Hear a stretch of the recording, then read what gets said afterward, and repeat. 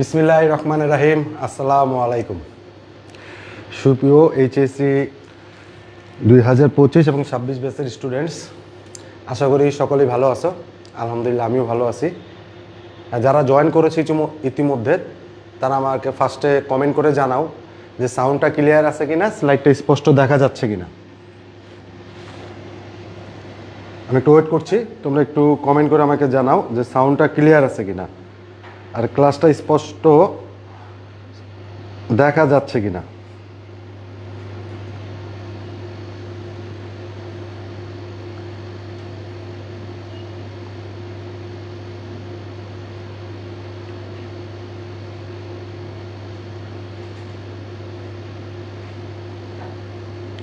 আমি এখনই শুরু করব, কেউ একজন কমেন্ট করে জানাও যে সাউন্ডটা ক্লিয়ার আছে কিনা।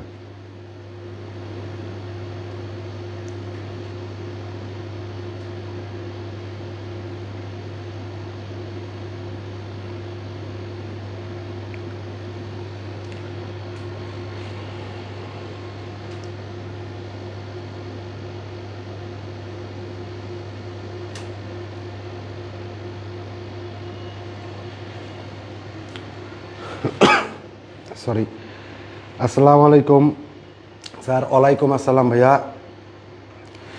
একটু ঠান্ডা লেগে গেছে, একটু কমেন্ট করে জানাও যে সাউন্ডটা ক্লিয়ার আছে কিনা। আর কে কোথা থেকে লাইভটি দেখছো একটু কমেন্ট করো, আর যার যার টাইমলাইন একটু শেয়ার দিয়ে রাখো।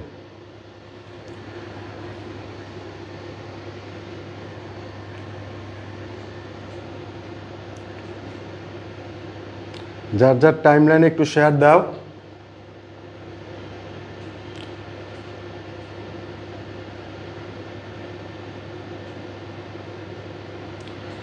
ক্লিয়ার স্যার, আসসালামু আলাইকুম। ওয়ালাইকুম আসসালাম। ওকে ফাইন, তাহলে আমরা এখন শুরু করতে পারি ইনশাল্লাহ। দেখ আলহামদুলিল্লাহ সকলেই ভালো আছি। প্রথমে যে কাজটা করব সেটা হচ্ছে, ক্লাসটা যেহেতু ইম্পর্টেন্ট, আমাদের সৃজনশীল আলোকে কোশ্চেনটা কীভাবে হয় সেটা দেখব, এবং আমাদের টার্গেট যেহেতু A+ ইনশাল্লাহ পাবো। আর তোমরা ক্লাসটা পুনরায় আবার দেখতে চাইলে তোমাদের টাইমলাইনে শেয়ার দিয়ে রাখো, এতে তুমিও দেখতে পারবা, তোমার ফ্রেন্ডসরাও দেখতে পারবে। যেসব ফ্রেন্ডসরা ক্লাস করতে চায় তাদেরকে একটু মেনশন দাও, ওকে। আর শেয়ার দেওয়া হলে একটু ডান লিখে জানাও আমাকে কমেন্টে। আচ্ছা, আজকে যে টপিকগুলো আছে সে টপিকগুলোর মধ্যে একটা টপিকের নাম হচ্ছে রেওয়ামিল, একটা টপিকের নাম হচ্ছে অবচয়, একটা টপিকের নাম হচ্ছে ব্যাংক সমন্বয় বিবরণী অথবা ব্যাংক মিলকরণ বিবরণী। প্রত্যেকটা টপিক আমাদের জন্য ইম্পর্টেন্ট। এখান থেকে সৃজনশীল টাইপের কী টাইপের কোশ্চেনগুলো হয় সেগুলো আমরা দেখব। সৃজনশীল টাইপের কোশ্চেনগুলো রেওয়ামিল থেকে কোশ্চেন হয়, অবচয় থেকে তো দুইটা কোশ্চেন হয়। একটা হয় হচ্ছে সরল রৈখিক থেকে, আর একটা হয় কোমর আসমান থেকে। দুইটাই আজকে আমরা দেখব ইনশাল্লাহ। ব্যাংক সমন্বয় বিবরণ থেকেও সৃজনশীল টাইপের কোশ্চেন হয়। এখন কোন জায়গা থেকে কি ধরনের কোশ্চেনগুলো হয় সেগুলো দেখব। এখানে প্রত্যেকটা চ্যাপ্টারই অনেক বেশি গুরুত্ব বহন করে, প্রত্যেকটা চ্যাপ্টারই অনেক ইম্পর্টেন্ট। এজন্য ক্লাসটা অবশ্যই টাইমলাইনে শেয়ার দিবা, এবং শেয়ার দেওয়া হলে ডান লিখবা। আর কে কোথা থেকে লাইভটি দেখছো আমাকে একটু জানাও, কমেন্ট করো। নাইজ ইসলাম, আসসালামু আলাইকুম। ওয়ালাইকুম আসসালাম ভাইয়া। ক্লিয়ার স্যার, আসসালামু আলাইকুম। ওয়ালাইকুম আসসালাম।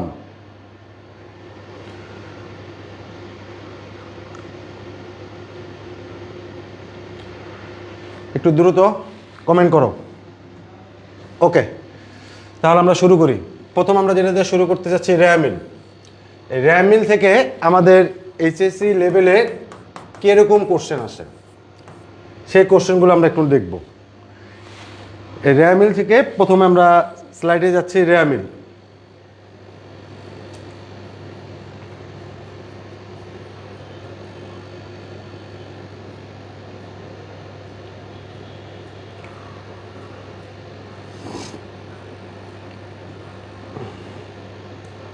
আচ্ছা আমাকে একটা কোশ্চেনের অ্যান্সার দাও তো, কি পারো কিনা এমসিকিউ লেভেলের, তারপর আমি সৃজনশীল দেখাচ্ছি।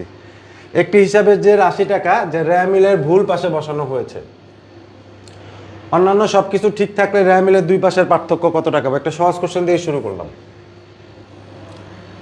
রেয়া মিলে আমরা জানি দুইটা সাইড থাকে, একটা ডেবিট সাইড আর একটা ক্রেডিট সাইড।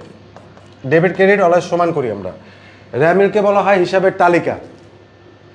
এখন এই কোশ্চেনটা একটু অ্যান্সার করো তো দেখি, একটু কমেন্টে জানাও।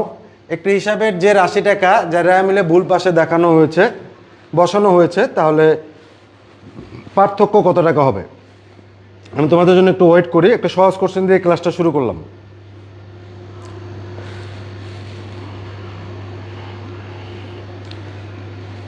আনিকে অ্যান্সার দিয়েছো এ, দেখে আর কেউ?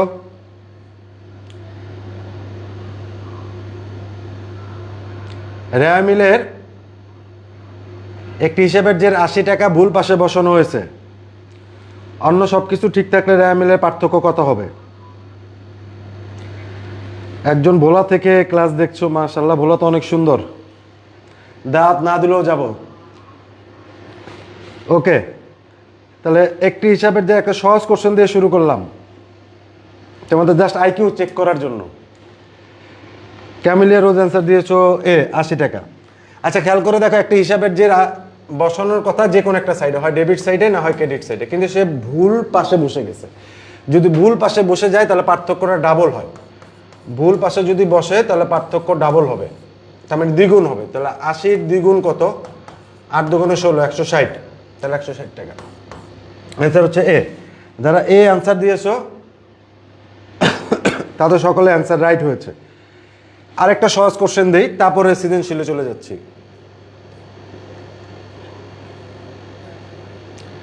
Question number 4। একজন আসবাবপত্রের ব্যবসায়ী আসবাবপত্র ক্রয়, মাল ক্রয়ে ডেবিট করেছে, এটি কোন ধরনের ভুল? একজন আসবাবপত্রের ব্যবসায়ী আসবাবপত্র ক্রয়, মাল ক্রয় ডেবিট করেছে, এটি কোন ধরনের ভুল? যা সহজ দুটা কোশ্চেন এই কারণে দিলাম তোমাদের পার্টিসিপেশন করার জন্য, তারপরে আমরা সৃজনশীলে চলে যাচ্ছি। একটু দ্রুত অ্যান্সার করো। কোশ্চেন নম্বর 4, পারার কথা।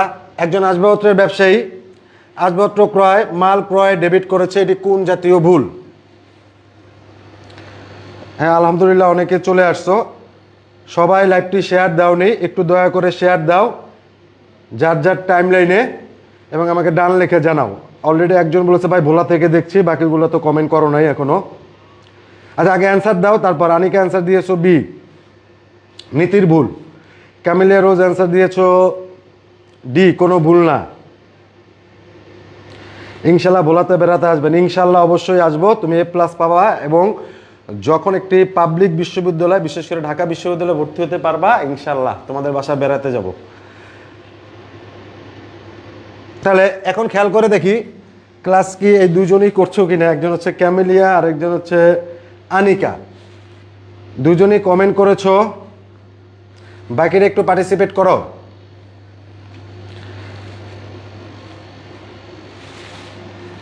আচ্ছা, খেয়াল করে দেখো, একজন আসবাবপত্রের ব্যবসায়ী, ব্যবসায়ীর কাছে এই জিনিসটা পণ্য হিসেবে গণ্য করা হবে। তাহলে আসবাবপত্রের ব্যবসায়ী যেহেতু বলছে, তাহলে আসবাবপত্র তার কাছে হচ্ছে পণ্য। তাহলে একজন আসবাবপত্রের ব্যবসায়ী যখন আসবাবপত্র ক্রয় করবে, তাহলে এটা পণ্য নামেই লিখবে, ক্রয় নামেই লিখবে। মাল ক্রয় নামে ডেবিট করেছে, তো ঠিকই আছে। দ্যাট মিনস কোনো ভুল হয়নি। অ্যান্সার হচ্ছে ডি। ডি নম্বর যারা অ্যান্সার দিয়েছো তাদের অ্যান্সার রাইট, ডি নম্বর রাইট অ্যান্সার। তাহলে এটা ঠিকই কোশ্চেন ছিল, সহজ। কারণ এখানে যদি ব্যবসায়ী শব্দটা না থাকতো তাহলে তুমি নীতিগত ভুল বলতে পারতা, কিন্তু যেহেতু এখানে ব্যবসায়ী শব্দটা আছে, তাহলে সেই ক্ষেত্রে এটা নীতিগত ভুল না, এটা কোনো ভুলের মধ্যেই পড়েনি। ওকে, ফাইন। তাহলে এই অ্যান্সারটা আমরা পারলাম। আচ্ছা, এবার আমরা দেখি সৃজনশীল টাইপের কোশ্চেন।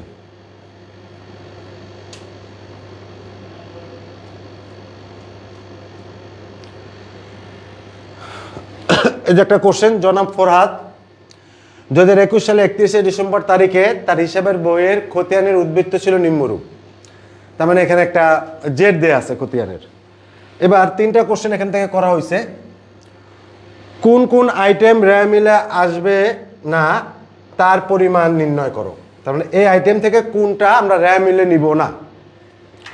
তারপর বলছে চলতি সম্পদ ও চলতি দায়ের পরিমাণ নির্ণয় করো, উপরোক্ত খতিয়ানগুলো থেকে রেয়া মিল প্রস্তুত করো।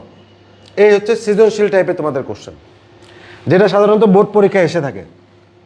তাহলে আমাদের প্রথম কাজ কোন কোন আইটেম রেওয়া মিলে আসবে নাকি আসবে না সেটা জানা। তাহলে কোন কোন আইটেম রেওয়া মিলে আসবে না সেটা এখন আমরা জানবো। তাহলে এখানের মধ্যে ছকটার মধ্যে কি কি জিনিস আছে যা রেওয়া মিলে আসবে না। এখন প্রারম্ভিক মজুদ আছে, সমাপনী মজুদ আছে, ক্রয় আছে, বিক্রয় আছে, মণিহারি ক্রয় আছে, মণিহারি সমাপনী আছে। এখন আমাকে বলো তো সমাপনী মজুদ পণ্য আসবে নাকি আসবে না? Yes or no, yes or no, Y অথবা এন, একটু কমেন্টে জানাও, তাহলে বুঝবো পার্টিসিপেট করছো। সমাপনী মজুদ পণ্য, সমাপনী মজুদ পণ্য আসবে কি আসবে না?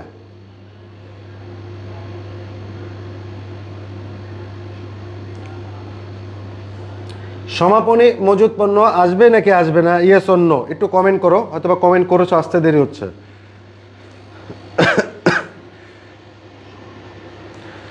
ক্যামেলিয়ার আসবে না। সমাপনী মজুদ পণ্য, প্রারম্ভিক মনিহারি, ব্যাংক জমাতিরিক্ত, প্রারম্ভিক মূলধন, অনেকগুলো নাম সে লিখছে এখানে। তাহলে কোন কোন বিষয়গুলো আসবে না বলছে, তার মানে এখানে একটু ভালো করে খেয়াল করো, বলছে আসবে না, কোন কোন আইটেম রেওয়া মিলে আসবে না। সমাপনী আসবে না। আচ্ছা একটা জিনিস মাথায় রাখো, সমাপনী রেওয়া মিলে আসতে পারে, সমাপনী মজুদ পণ্য, যদি কোশ্চেনে কি কি আইটেম থাকতে হবে। কোশ্চেনে যদি সমন্বিত ক্রয় ও বিক্রিত পণ্যের ব্যয়,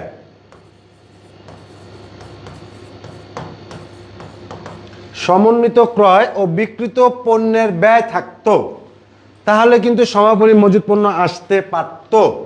কিন্তু এই কোশ্চেনের মধ্যে সমন্বিত ক্রয় বা বিক্রিত পণ্যের ব্যয় আছে কিনা আমরা একটু খুঁজে দেখি। না, খেয়াল করে দেখো, সমন্বিত ক্রয় বা বিক্রিত পণ্যের ব্যয় নাই, তার মানে আমরা ধরে নিব সমাপনী মজুদ পণ্য আসবে না। আচ্ছা তাহলে সমাপনী মজুদ পণ্য আসলো না। আর কি আইটেম আছে এখানে?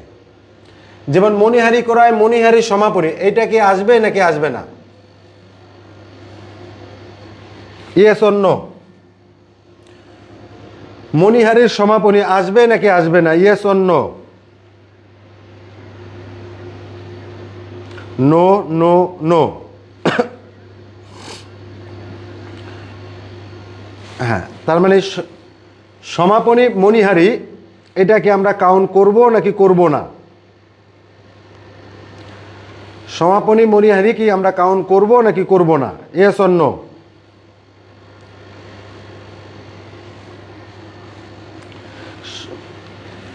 আচ্ছা, সমাপনী মণিহারি আসবে, একজন লিখছে।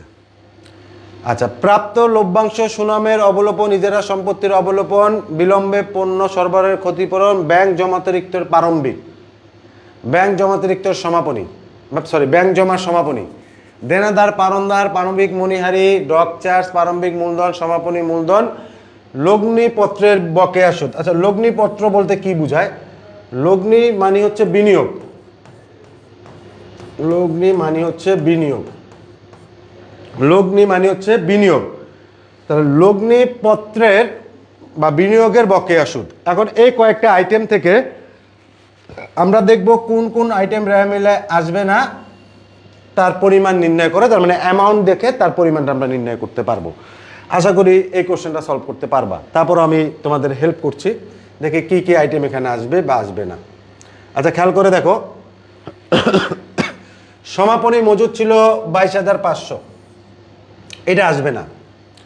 সমাপনী মণিহারি 1500, ব্যাংক জমাতিরিক্তর প্রারম্ভিক 15,000, আর সমাপনী মূলধন 1,35,000, টোটাল হচ্ছে 1,74,000 টাকা। তার মানে এভাবে তোমাদের বোর্ড পরীক্ষায় লেখে লেখে করতে হবে, এই অঙ্কটা সলভ করতে হবে। তাহলে কি কি ইনফরমেশন আসবে না? সমাপনী মজুদ, সমাপনী মণিহারি, ব্যাংক জমাতিরিক্তর প্রারম্ভিক, আর হচ্ছে সমাপনী মূলধন। তাহলে পুরো রেওয়া মিলের মধ্যে 4টা আইটেম ছিল, এই 4টা আইটেম আসবে না। আমরা আবার একটু খেয়াল করে নেই। তাহলে সমাপনী মজুদ, সমাপনী মণিহারি, ব্যাংক জমাতিরিক্ত প্রারম্ভিক, আর হচ্ছে সমাপনী মূলধন। এই 4টা আইটেম। তাহলে এই 4টা আইটেম আসবে না। এবার যদি আমরা ক্যালকুলেশন করি যেটা হবে সেটা হচ্ছে আমাদের অ্যান্সার। তাহলে এই 4টা আইটেম আমরা আশা করি যদি লিখে রাখি তাহলে আমাদের জন্য ভালো হবে। একটা স্ক্রিনশট নিয়ে রাখো, একটা স্ক্রিনশট নিয়ে রাখো, একটা স্ক্রিনশট নাও।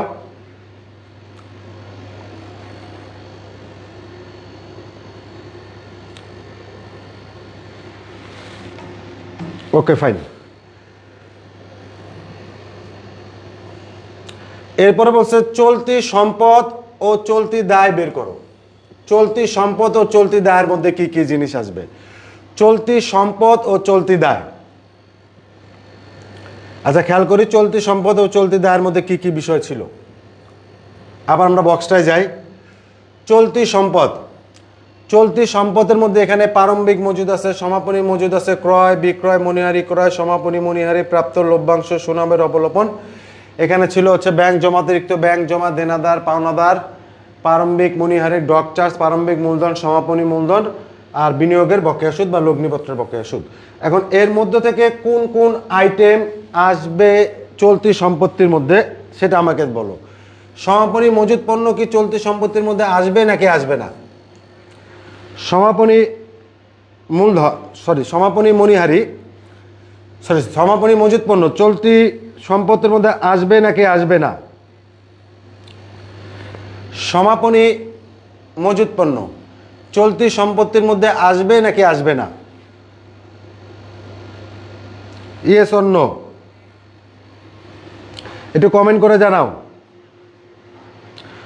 সমাপনী মজুদ পণ্য চলতি সম্পত্তির মধ্যে আসবে নাকি আসবে না?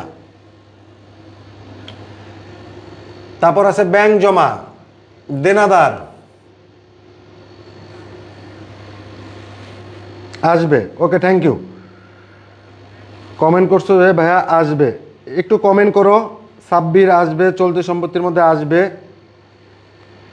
ক্লাসে মাত্র 21টা রিয়েক্ট দিয়েছো, একটু রিয়েক্টের পরিমাণটাও বাড়াও, কমেন্টও দাও, আর একটু শেয়ার করো লাইভটা একটু দ্রুত। সমাপনী মজুদ পণ্য, সমাপনী মজুদ পণ্য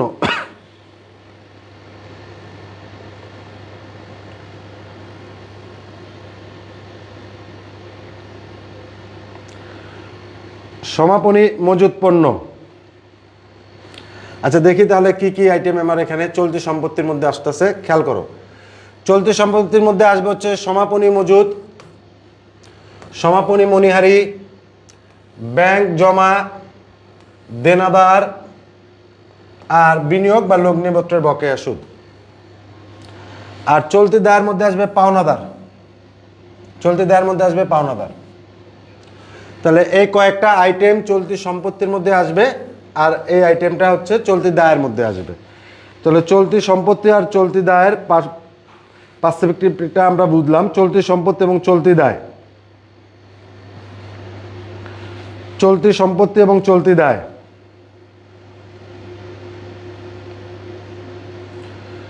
চলতি সম্পত্তি এবং চলতি দায়।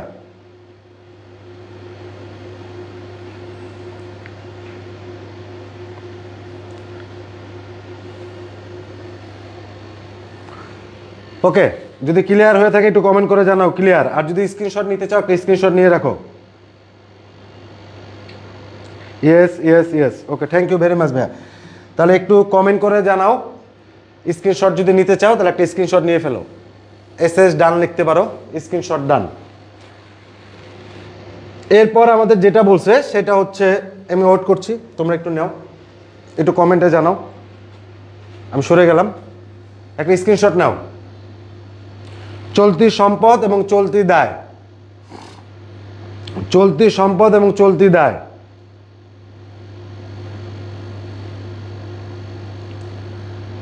চলতি সম্পদ এবং চলতি দায়।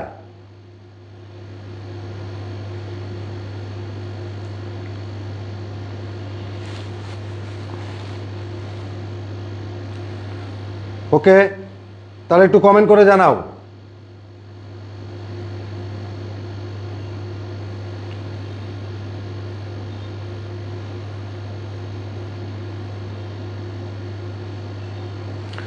চলতি সম্পদ এবং চলতি দায়,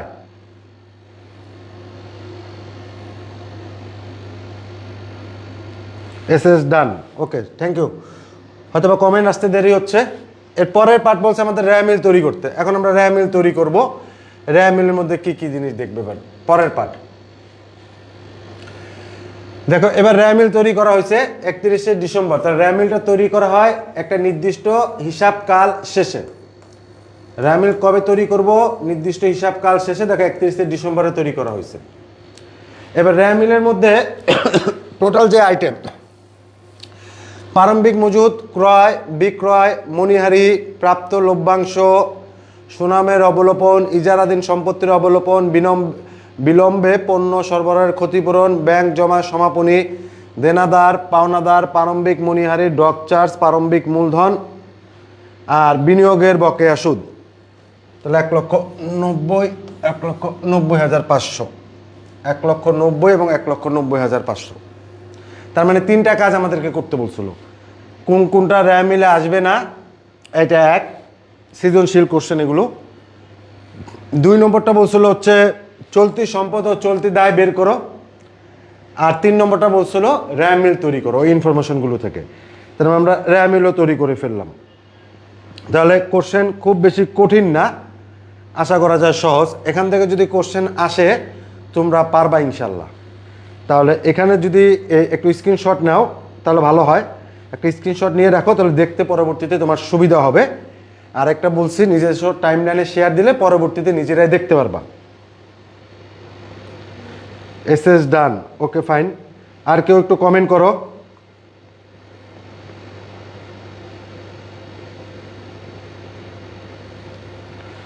এসএস ডান, আর কেউ একটু কমেন্ট করো।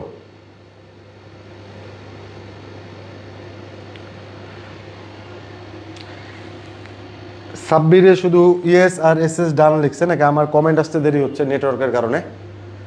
স্ক্রিনশটটা যদি নিয়ে রাখো তাহলে তোমাদের জন্য সুবিধা হবে। র্যামিল, ওকে ফাইন। তাহলে পরের পার্টে আমরা চলে যাই। এরপর আমাদের আলোচনা আছে অবচয় নিয়ে।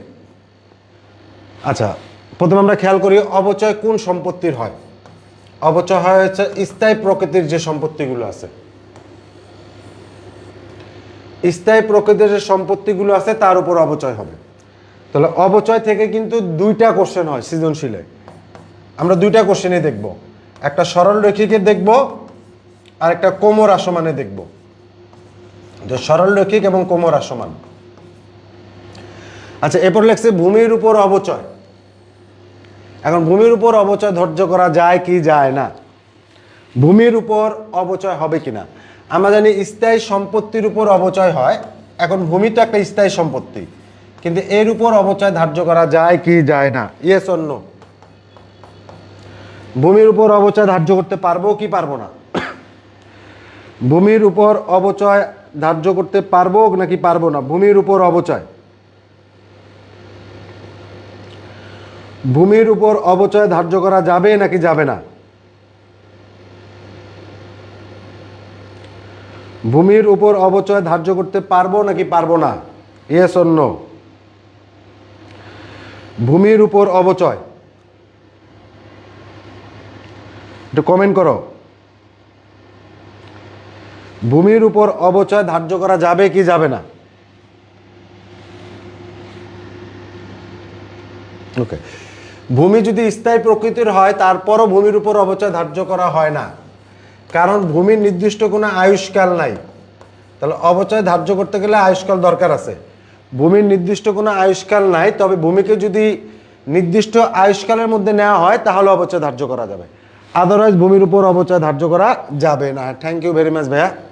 ওকে, এরপর এখান থেকে অবচয়ের জন্য কিরকম বা কোন হিসাব বা কি জাবেদা হয় এটা একটু মাথায় রাখি। অবচয়ের জন্য জাবেদাটা হচ্ছে অবচয় হিসাব ডেবিট, পুঞ্জীবিত অবচয় ক্রেডিট। কিন্তু পুঞ্জীবিত অবচয় ক্রেডিট কার? ওই সম্পত্তিটার। তাহলে আমি সংক্ষেপে লিখলাম পুঞ্জীবিত অবচয় ক্রেডিট, ব্র্যাকেটে সম্পত্তির নাম লিখতে হবে। যদি আসবাবপত্র হয় তাহলে আমরা আসবাবপত্র লিখবো, যন্ত্রপাতি হলে যন্ত্রপাতি লিখবো, অথবা যার নাম হয় তার নাম লিখবো। তাহলে অবচয় ডেবিট, অবচয় পুঞ্জীবিত অবচয়, সম্পত্তি ক্রেডিট। এই জাবেদার নাম হচ্ছে সমন্বয় জাবেদা। তাহলে জাবেদাটা মনে রাখতে পারি আমরা, জাবেদাটার নাম হচ্ছে সমন্বয় জাবেদা।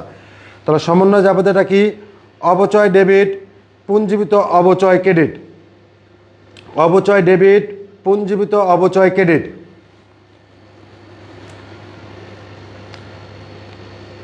অবচয় ডেবিট, পুঞ্জীবিত অবচয় ক্রেডিট। ওকে, তাহলে অবচয়ের জন্য যে জাবেদা, সেই জাবেদার নাম হচ্ছে সমন্বয় জাবেদা। সমন্বয় জাবেদাটা কি হবে? অবচয় ডেবিট, পুঞ্জীবিত অবচয় ক্রেডিট। ওকে ফাইন, তাহলে এটা হচ্ছে সমন্বয় জাবেদা, মাথায় রাখবা। হিসাব সমীকরণের প্রভাব যদি জানতে চাই তাহলে এর থেকে হিসাব সমীকরণের প্রভাব কি? অবচয় হচ্ছে ব্যয় বা খরচ হিসাব।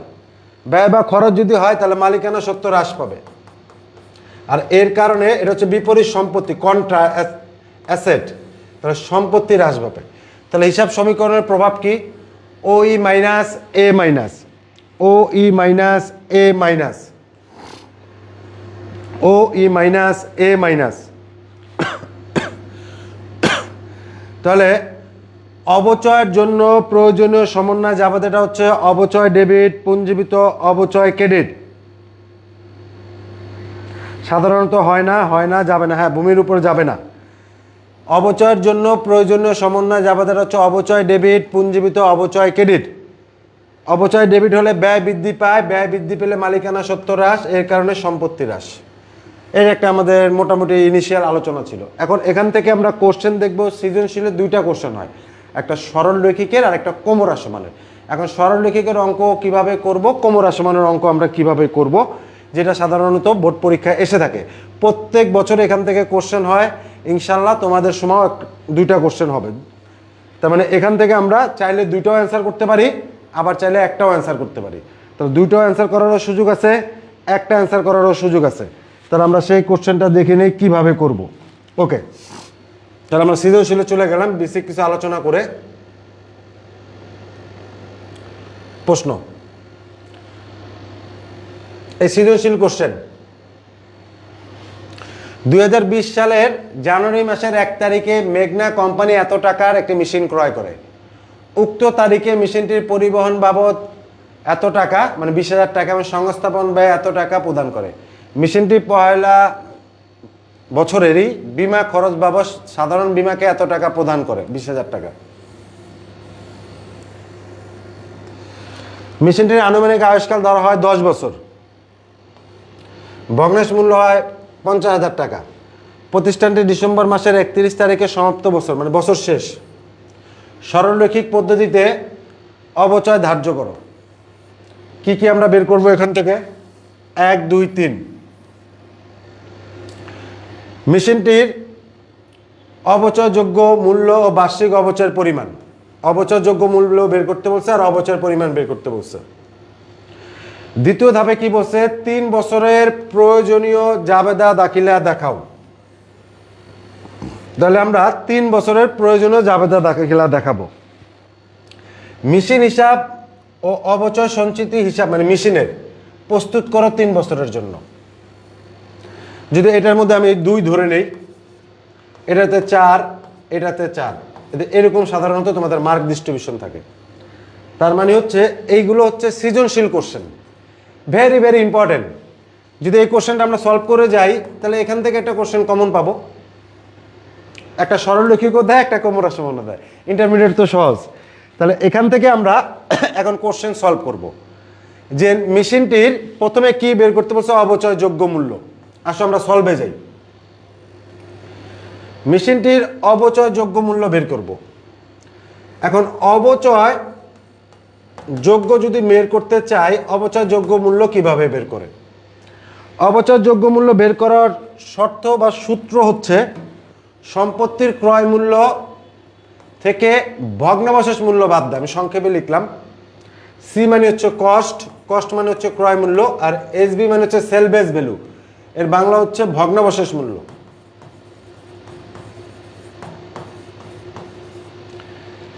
এখন কেউ একজন আমাকে বলল এই সম্পত্তিটার ক্রয় মূল্য কত? অঙ্কের ইনফরমেশন আমি আবার দিয়ে দিচ্ছি। এই সম্পত্তিটার ক্রয় মূল্য কত? 6 লক্ষ টাকা দিয়ে ক্রয় করছে, এর সাথে কি কি জিনিস যোগ হবে? মেশিনটির পরিবহন বাবদ আরো 20,000 টাকা প্রদান করছে। এখন আমাকে বলো তো, এই 6 লক্ষ টাকার সাথে 20,000 টাকা কাউন্ট হবে নাকি হবে না? আমি দুটাই করবো স্যার। হ্যাঁ দুটাই করো, যেহেতু দুটাই আসবে দুটাই করো। আমি দুটাই দেখাচ্ছি, যে দুটো অঙ্ক দেখাবো ইনশাল্লাহ এই দুটো অঙ্ক এই নিয়মেরই আসবে। হয়তো অ্যামাউন্ট একটু এদিক ওদিক হইতে পারে, আর কপাল ভালো থাকলে হুবহুব কমনও পড়ে যেতে পারে। এখন আগে আমাকে বলো, 6 লক্ষ টাকার সাথে আমরা 20,000 টাকা যোগ করব নাকি করব না? Yes or no? 6 লক্ষ টাকার সাথে আমরা 20,000 টাকা যোগ করব নাকি করব না? কাউন্ট হবে, আনিকা লেখছো কাউন্ট হবে। তার মানে 6 লক্ষ টাকার সাথে আমরা আরো কাউন্ট করব হচ্ছে 20,000। Thank you very much Anika, 20,000। এবং সংস্থাপন ব্যয় 30,000 প্রদান করে। এখন আমাকে বলো, এই সংস্থাপন ব্যয় আসবে কি আসবে না, মানে কাউন্ট হবে কি হবে না? Yes or no? তাহলে সংস্থাপন ব্যয় আমরা কাউন্ট করব নাকি করব না? সংস্থাপন ব্যয়, আচ্ছা 1 জন 2 জন অ্যান্সার করছো 6,50,000। আচ্ছা আমি তোমাদের সাথে তাল মিলিয়ে যাই, তাহলে এক্ষেত্রে আরো কাউন্ট হলো 30। মেশিনটির 1 বছরের বীমা খরচ বাবদ সাধারণ বীমাকে 20,000 টাকা প্রদান করে। তার মানে তোমরা বলতে চাচ্ছ যে ভাইয়া এইটা এইটা আর এটা তিনটা হবে, তাহলে তিনটা হলো হয় কত? 6,50,000। হ্যাঁ 6,50,000 বলছো। এখন এই 20,000 টাকা কাউন্ট হলো না কেন? এই মেশিনের বীমা খরচ কাউন্ট হলো না কেন? 6,50,000 অ্যান্সার দিছো, এখন আমাকে বলো মেশিনের বীমা খরচটি কাউন্ট হলো না কেন?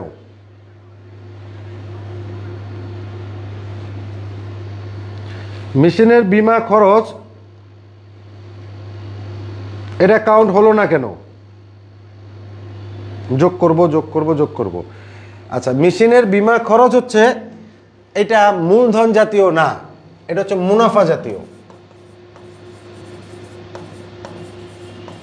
এই মুনাফা জাতীয় খরচ হওয়ার কারণে এইটা এর সাথে যোগ হলো না। তার মানে ক্রয় মূল্য পাইলাম আমরা হচ্ছে 6,50,000। তাহলে ক্রয় মূল্য আমাদের কত? 6,50,000। তাহলে ক্রয় মূল্য লিখলাম আমরা 6,50,000 মাইনাস অঙ্কের মধ্যে ভগ্নাংশ মূল্য ছিল কিনা, আবার দেখে আসে ছিল কিনা।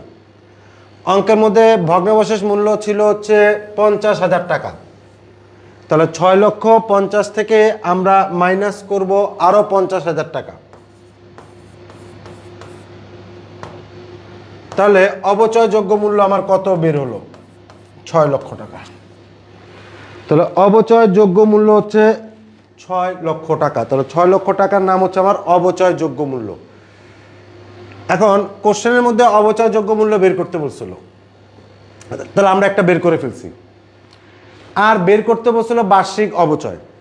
তাহলে অবচয়যোগ্য মূল্য কিভাবে বের করলাম? সম্পত্তির ক্রয় মূল্য মাইনাস ভগ্নাবশেষ মূল্য। সম্পত্তির ক্রয় মূল্য থেকে সরি ভগ্নাংশ মূল্য বাদ দিলাম, আর ক্রয় মূল্য ক্যালকুলেশন করার সময় মনে রাখলাম বীমা খরচ আসবে না। তার মানে আমরা যদি কোশ্চেনে আর একটু দেখি, এখানে দেখো বীমা খরচটা আমরা কাউন্ট করি নাই। এখন যদি কোশ্চেনে এই বীমা খরচ অথবা লেখা থাকতো মেরামত খরচ, মেরামত খরচ ধরলাম আরো 10,000 টাকা, এই মেরামত খরচ আসবে কি আসবে না, বা আসতো নাকি আসতো না মেরামত খরচটা? Yes or no? দেখি কেউ বলতে পারো কিনা। বীমা খরচ তো আনলা না, যদি মেরামত খরচ থাকতো তাহলে সেটাকে আমরা কাউন্ট করতাম নাকি করতাম না? মেরামত খরচ যদি থাকতো কোশ্চেনে যদি মেরামত খরচ থাকতো সেটাকে আমরা কাউন্ট করতাম নাকি করতাম না? মেরামত খরচ একটু কেউ কমেন্ট করো। যদি কোশ্চেনে মেরামত খরচ থাকতো সেটা আমরা কাউন্ট করতাম নাকি করতাম না? মেরামত খরচ সরি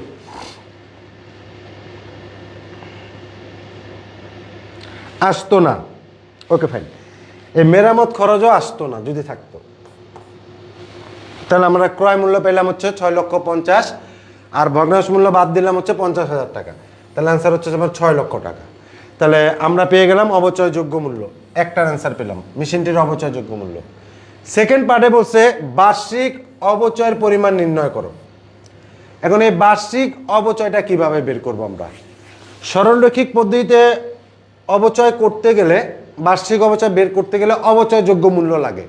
অলরেডি অবচয়যোগ্য মূল্য আমাদের হাতে আছে। এরপর অঙ্কের মধ্যে আমরা খেয়াল করে দেখি আয়ুষ্কাল আছে নাকি হার আছে। আয়ুষ্কাল আছে। আয়ুষ্কাল আছে কয় বছর? আয়ুষ্কাল আছে 10 বছর। তাহলে অবচয়যোগ্য মূল্যকে যদি আমরা আয়ুষ্কাল দ্বারা ভাগ করি তাহলে আমরা পাবো 1 বছরের অবচয়। আমরা একটু সূত্রটা দেখে আসি। সরলরৈখিক পদ্ধতি, স্ট্রেট লাইন মেথড, সরলরৈখিক পদ্ধতি। এটা আরেকটা নাম হচ্ছে স্থির কিস্তি পদ্ধতি। সরলরৈখিক পদ্ধতির আরেকটা নাম হচ্ছে স্থির কিস্তি পদ্ধতি। ইংরেজি নাম হচ্ছে স্ট্রেট লাইন মেথড বা সংক্ষেপে বলে SLM। বার্ষিক অবচয় বের করার সূত্র কি? অবচয়যোগ্য মূল্য ভাগ আনুমানিক আয়ুষ্কাল। এটা হলো 1 নম্বর সূত্র। সেকেন্ড আরেকটা সূত্র আছে, বার্ষিক অবচয় বের করার জন্য অবচয়যোগ্য মূল্য ইনটু অবচয়ের হার।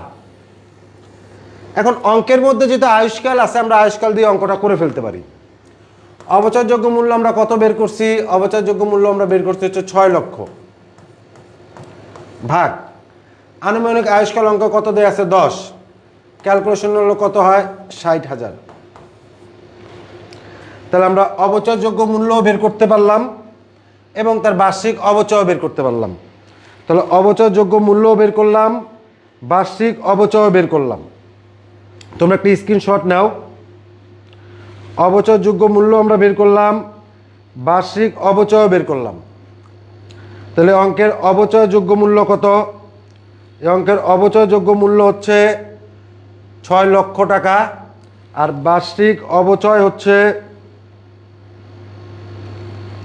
60,000 টাকা। হ্যাঁ, thank you. Camellia Rose answer দিয়েছো, বার্ষিক অবচয় হচ্ছে 60,000 টাকা। তাহলে আমরা দুইটা পেলাম অ্যান্সার। অবচয়যোগ্য মূল্য কত? 6 লক্ষ আর বার্ষিক অবচয় কত বের করলাম? 60,000। তাহলে একটা হচ্ছে 6 লক্ষ আর একটা হচ্ছে 60,000।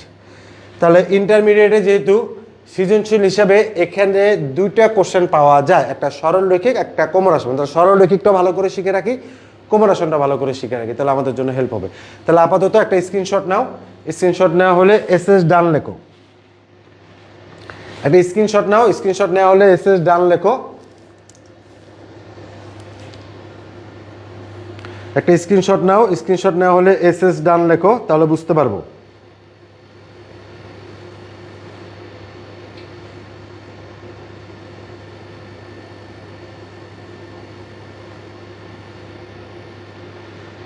বার্ষিক অবচয় 60,000, 60,000, 60,000। MD সাব্বির, হ্যাঁ 60,000। ওকে ফাইন, 60,000 টাকা।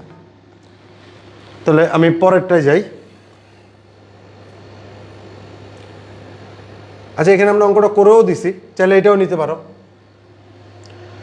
মেশিনের ক্রয় মূল্য, পরিবহন, সংস্থাপন ব্যয়, ভগ্নাংশ মূল্য মাইনাস করছি 6 লক্ষ টাকা। বার্ষিক অবচয় বের করছি আমরা 6 লক্ষ টাকাকে 10 দ্বারা ভাগ করে 60,000 টাকা। এমন শূন্য একটা বেশি চলে আসছে, 60,000 টাকা। আচ্ছা, ওকে। তাহলে অবচয়যোগ্য মূল্য হচ্ছে 6 লক্ষ টাকা এবং বার্ষিক অবচয় 60,000 টাকা। আর নোট হিসেবে আমরা কি লিখছি? বিমা খরচ আসবে না, কারণ এটা হচ্ছে মুনাফা জাতীয়। মুনাফা জাতীয়। তাহলে এই অংশটা নোট নিয়ে, এই অংশটা একটা স্ক্রিনশট নিয়ে রাখো। পুরো অঙ্কটা এখানে সমাধান করা আছে, তাহলে তোমাদের বুঝতে সুবিধা হবে। এবার সেকেন্ডে আমাদের কি বলছে? সেকেন্ডে আমাদের যেটা বলছে সেটা হচ্ছে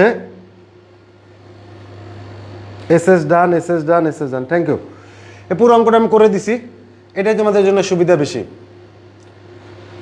এবার সেকেন্ডে যেটা বলছে 3 বছরের জাবেদা দেখাও। এখন 3 বছরের জাবেদা আমরা দেখাবো। আমরা শুরু করলাম 3 বছরের জাবেদা। খেয়াল করো, তাহলে জানুয়ারি মাসের 1 তারিখ উনি মেশিন নগদ টাকা দিয়ে ক্রয় করছে, তাহলে মেশিন হিসাব ডেবিট, নগদান ক্রেডিট। তবে জাবেদা যখন তোমরা করবা ইন্টারমিডিয়েটে অবশ্যই অবশ্যই ব্যাখ্যাটা লিখবা। জাবেদা যখন করবা অবশ্যই অবশ্যই ব্যাখ্যা লিখবা। মেশিন কিনছিল কত টাকা দিয়ে? 6 লক্ষ। মেশিন কিনছিল কিন্তু 6 লক্ষ টাকা দিয়ে। এই পরিবহন বাবদ টাকা আসছে আর সংস্থাপন ব্যয় বাবদ টাকা আসছে। তাহলে পরিবহন আর সংস্থাপন ব্যয় একটা 30,000 একটা 20,000 ছিল, তাহলে এই দুইটা যোগ করে রয়েছে 6,50,000। তাহলে অবশ্যই অবশ্যই ইন্টারমিডিয়েটে ব্যাখ্যা লিখবা, নাহলে কিন্তু টিচার সম্পূর্ণ বা পূর্ণাঙ্গ মার্ক দিবে না। এর জন্য যখনই কোনো জাবেদা করতে বলবে অবশ্যই জাবেদার পরে ব্যাখ্যা দেওয়ার চেষ্টা করবা, তাহলে ফুল মার্ক পাবা, আদারওয়াইজ কিন্তু ফুল মার্ক পাওয়া যাবে না। এরপর আমরা বিমার জন্য টাকা প্রদান করছিলাম 20,000 টাকা, তাহলে সেই ক্ষেত্রে আমরা এই 20,000 টাকার জন্য জাবেদা করলাম। অগ্রিম বিমা ডেবিট, নগদান ক্রেডিট। তাহলে অগ্রিম বিমা কত আসলো? 20,000, নগদান ক্রেডিট কত হইলো? 20,000। তাহলে এই দুইটা ঘটনা ছিল আমাদের বছরের শুরুতে। এবার জাবেদা কি করতে হবে? একটা জাবেদা করতে হবে অবচয়ের জন্য, আর একটা জাবেদা করতে হবে অবচয় বন্ধ করার জন্য। আচ্ছা, তাহলে আমরা অবচয়ের জন্য জাবেদাটা কি করব?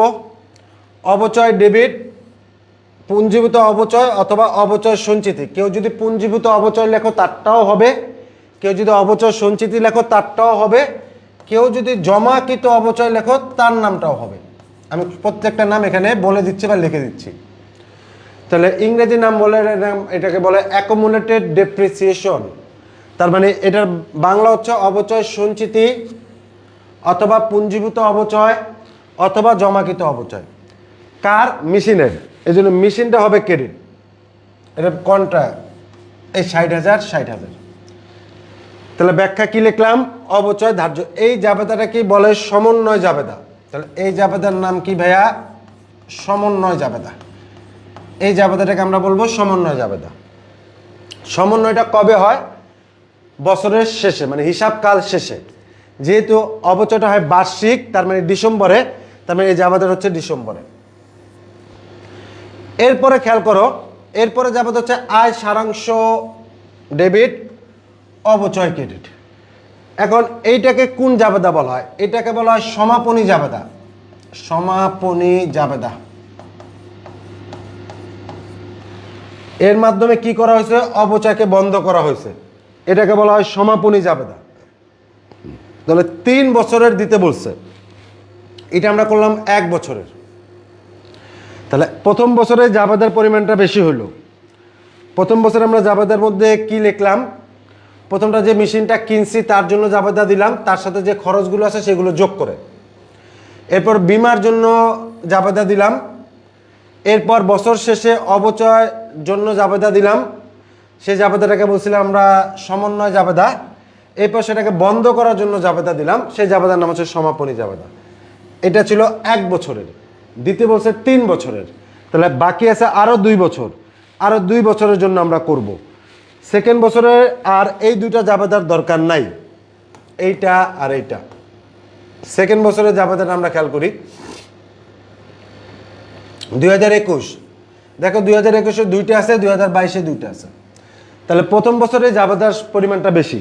তাহলে এই জাবেদা করার মধ্যে টোটাল 4 মার্ক আছে। তার মানে সৃজনশীলের এখানে কয় মার্ক পাওয়া গেল? 4।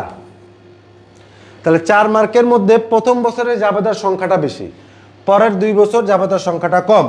প্রথম বছর ছিল আমাদের 4টা, পরের 2 বছর আছে 2টা। এখন প্রথম বছরে যে 4টা আর পরের 2 বছরে 2টা, তাহলে 21 আর 22-এ শুধু আমরা কোন জাবেদা করব? এই জাবেদাটাকে আমরা বলবো হচ্ছে সমন্বয় জাবেদা, আর এই জাবেদাটাকে আমরা বলবো সমাপনী জাবেদা। খেয়াল করে দেখো, এখানে সমন্বয় জাবেদা, সমাপনী জাবেদা দেয়া আছে। তাহলে প্রথম বছরেই বেশি, পরের 2 বছর কম। তাহলে প্রথম বছরেই আমাদের বেশি হবে, পরের 2 বছর কম হবে। Okay fine. তাহলে প্রথম বছরেই বেশি, পরের 2 বছর কম। সরি ভাইয়া, যদি এতটুকু বুঝতে পারো তাহলে ডান লেখো, যদি বুঝতে পারো এতটুকু তাহলে ডান লেখো। অথবা যদি স্ক্রিনশট নিতে চাও তাহলে স্ক্রিনশট নিয়ে রাখতে পারো। একটু কমেন্ট করে জানাও যে স্ক্রিনশট নেওয়া হয়েছে কিনা বা অঙ্কটা বুঝতে পারছো কিনা। যদি কোনো কোশ্চেন থাকে করো, আমি লাগলে আবার ব্যাখ্যা দিচ্ছি। আমি ওয়েট করছি তোমাদের কমেন্টের।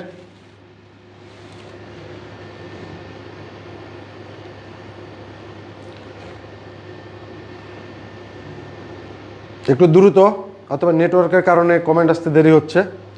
যে এই কোশ্চেনটা করতে পারলে আমরা 4 মার্ক পাবো, তাহলে এই কোশ্চেনের টোটাল মার্ক হচ্ছে 4।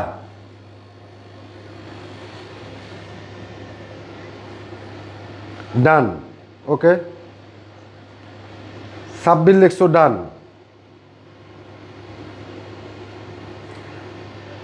একটু কমেন্ট করো।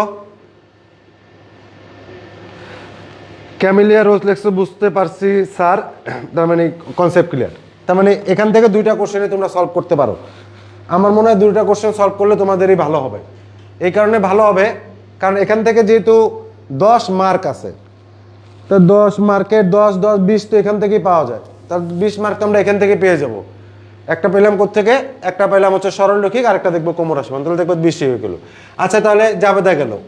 এরপরে বলছে খতিয়ান তৈরি করতে।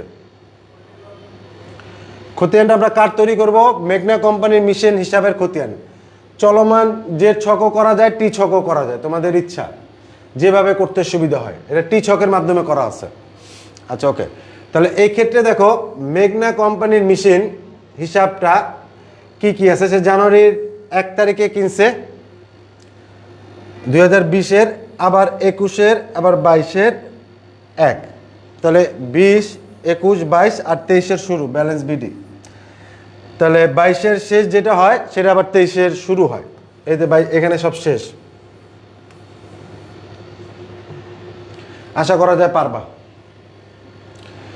দেখো balance CD, balance BD, balance CD, balance BD. তাহলে 22-এর শেষ, 23-এর শুরু। অঙ্কটা শুরু হয়েছিল 20 সালে। তাহলে 20, 1 বছর, 2 বছর, 3 বছর। 23 সাল কিন্তু কাউন্ট করা হবে না। 23-এর শুধু ব্যালেন্স টানা হয়েছে। তাহলে 23 সাল আমাদের কাউন্ট হবে না। 23 সালে শুধু ব্যালেন্স টানা হয়েছে। তাহলে এটা ছিল আমাদের খতিয়ান। খতিয়ান করতে কার বলছে? একটা মেশিনের বলছে, আর একটা পুঞ্জীবিত অবচয় খতিয়ান করতে বলছে। তাহলে আমরা মেশিনেরও করলাম, এখন পুঞ্জীবিত অবচয়টাও করব। তাহলে মেশিনেরটাও একটা স্ক্রিনশট দিয়ে রাখো। এবার পুঞ্জীবিত অবচয়টা আমরা করতে পারতেছি, দেখি পুঞ্জীবিত অবচয়টা করতে পারি কিনা। তাহলে এইভাবে খতিয়ানটা করে ফেলবা তোমরা।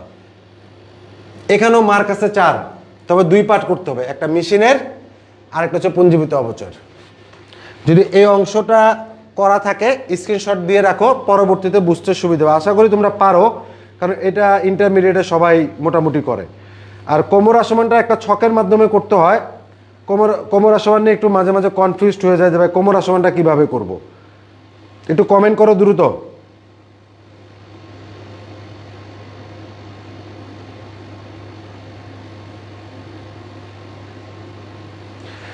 আপনার ওখানে কমেন্ট অনেক পড়ে যায়, হ্যাঁ বুঝতে পারছি, নেটওয়ার্কের প্রবলেম হয়তো বা। এরপরেরটা দেখো, পুঞ্জীবিত অবচয় মেশিনের খতিয়ান। তাহলে এখানেও আমরা 60,000 করে নিলাম। তাহলে 20 প্রথম বছর, দ্বিতীয় বছর, তৃতীয় বছর। তাহলে 20, 21, 22। তাহলে আমরা যদি খেয়াল করি এখানে ব্যালেন্স সিডি আর এই পাশে আছে ব্যালেন্স বিডি। তো ব্যালেন্স সিডি, ব্যালেন্স বিডি, এটা হচ্ছে অবচয়ের, পুঞ্জীবিত অবচয়ের খতিয়ান। তাহলে পুঞ্জীবিত অবচয়ের খতিয়ান হচ্ছে এটা, পুঞ্জীবিত অবচয়ের খতিয়ান। না, অনেক সময় তো তাড়াতাড়িও আসে পুঞ্জীবিত অবচয়ের খতিয়ান। স্যার ওখানে অনেক পরে কমেন্ট যায়। পুঞ্জীবিত অবচয়ের খতিয়ান, তাহলে গেল পুঞ্জীবিত অবচয়ের খতিয়ান। তাহলে এটা স্ক্রিনশট নিয়ে রাখো, আমরা পরবর্তী অঙ্ক। তাহলে অবচয় থেকে আমরা সরলরৈখিক পদ্ধতি দেখলাম। সরলরৈখিক পদ্ধতিতে কি বের করলাম? অবচয় বের করলাম, অবচয় যোগ্য মূল্য বের করলাম, জাবেদা করলাম 3 বছরের, 2 বছরেরও আসতে পারে, 2 বা 3 বছরের। আর কি করলাম? আর হচ্ছে খতিয়ান করলাম। খতিয়ান করলাম কার? মেশিনটার খতিয়ান করলাম আর পুঞ্জীবিত অপচয়ের খতিয়ান করলাম। তাহলে এই কোশ্চেনের মার্ক ছিল যদি আমি ধরি 2, এখানে কি কি বের করতে বলছিল? অবচয় আর অবচয় যোগ্য মূল্য। এই কোশ্চেনের মার্ক ধরে নিলাম জাবেদাতে 4 আর এটাতে ধরে নিলাম 4, এর টোটাল 10 মার্ক। তাহলে 10 মার্ক তো ইজিলি পাওয়া যাচ্ছে। তাহলে তোমরা যারা ভালো করতে চাও, আমার সাজেশন হচ্ছে অবচয় থেকে যেহেতু 2টা কোশ্চেন হয়, তোমরা দুটোটাই করো। অবচয় থেকে যদি 2টা কোশ্চেন হয়, আমরা 2টাই করলাম, তাহলে 2টা করলেই তো আমরা 10, 10, 20 মার্ক হয়ে গেল। তার মানে এখানে আমরা না চাইলেও তো এই প্লাস পেয়ে যাবে ইনশাল্লাহ। তো অবশ্যই পাবা তোমরা। তাহলে এখান থেকে যদি তোমরা 2টা করো তাহলে তো তোমাদেরই লাভ। তাহলে 2টাই করে ফেলো। তো সরলরৈখিক থেকেও একটা করো, কোমরা সমান থেকে। তাহলে আমরা সরলরৈখিক পাঠ দেখে ফেলছি, এখন আমরা কোমরা সমান পাঠে যাব। সরলরৈখিক পাঠ দেখা শেষ, এখন আমাদের কোমরা সমানে কিভাবে আসে সেটা এখন একটু দেখবো। তাহলে কোমরা সমানটা একটু দেখা শেষ করি আমরা। কোমরা সমান,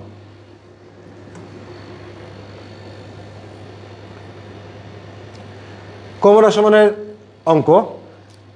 স্বাধীনতা এন্টারপ্রাইজ 2013 সালে 1 জানুয়ারি 4 লক্ষ টাকা দিয়ে একটি যন্ত্রপাতি ক্রয় করে। যন্ত্রপাতির আয়ুষ্কাল ধরা হয়েছে 10 বছর। 10 বছর পর মেশিনটি 20,000 টাকা বিক্রি করা যাবে বলে অনুমান করা হয়। প্রতিষ্ঠানটি 10% হারে কোমরা সমান জের পদ্ধতিতে অবচয় ধার্য করছিল। যদি এখানে হার বের করে না দিত, আমাদের বের করতে হইতো। এখানে অলরেডি হার বের করে দেওয়া আছে। প্রতিষ্ঠানটি হিসাবকাল শেষ হয় 31শে ডিসেম্বর। উপযুক্ত তথ্য থেকে 3 বছরের জাবেদা দাও, অবচয় হিসাব, যন্ত্রপাতি হিসাব, পুঞ্জীবিত অবচয় প্রস্তুত করো। তাহলে আমরা টোটাল কোমরা সমান থেকে এই অংশগুলো এখন আমরা সলভ করব। কোমরা সমান থেকে, তাহলে কোমরা সমান জের পদ্ধতি থেকে এই অঙ্কটা আমরা এখন কিভাবে সলভ করতে পারি সেটা দেখি। কোমরা সমান অনেকেই করে, অনেকে সরলরৈখিক করতে চায় না, শুধু কোমরা সমান করে। আমার সাজেশন হচ্ছে সরলরৈখিকও করো, কোমরা সমানও করো, 2টাই করো। যেহেতু এখান থেকে কোশ্চেন কমন পাওয়া যাচ্ছে, তাহলে 2টা করতে তো কোনো সমস্যা নেই আমার, 2টাই আমরা করে ফেলি। তাহলে 2টা কোশ্চেনই আমরা এখান থেকে সলভ করে ফেলতে পারি। 2টা কোশ্চেনই করি। আমি তোমাদের দেখছি তোমরা অনেকেই দেখছো ক্লাসটি, কিন্তু এখানে কমেন্ট এবং রিয়্যাক্টের পরিমাণ আসলেই কম। তোমরা একটু রিয়্যাক্ট দাও, কমেন্ট করো, নাহলে ওকে ডান। ওকে ডান, একজন লিখছো, যার নাম হচ্ছে কামিনী জাহান, ডান লিখছো। সে ক্লাসটা দেখছিল ভোলা থেকে, বলছিল আমাকে দাওয়াতও দিছে, ইনশাল্লাহ ভোলায় যাব। কোমরা সমান জের পদ্ধতি। এবার আসো কোমরা সমান জের পদ্ধতির অঙ্ক করতে গেলে 3 বছরের জন্য জাবেদা দাখিলা দিতে বলছে, অবচয় হিসাব দেখাইতে বলছে, যন্ত্রপাতি হিসাব আর পুঞ্জীবিত অবচয়, টোটাল মার্ক হচ্ছে 10। কিভাবে এখন আমরা করতে পারি?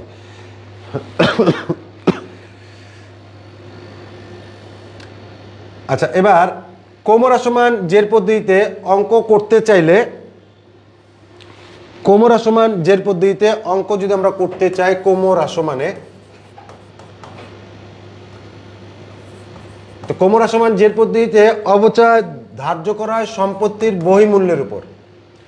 বহিমূল্যর ইংরেজি নাম বুক ভ্যালু, বাংলা এটাকে বলে বহিমূল্য, আর তোমাদের ইন্টারমিডিয়েটে বলে পুস্তক মূল্য।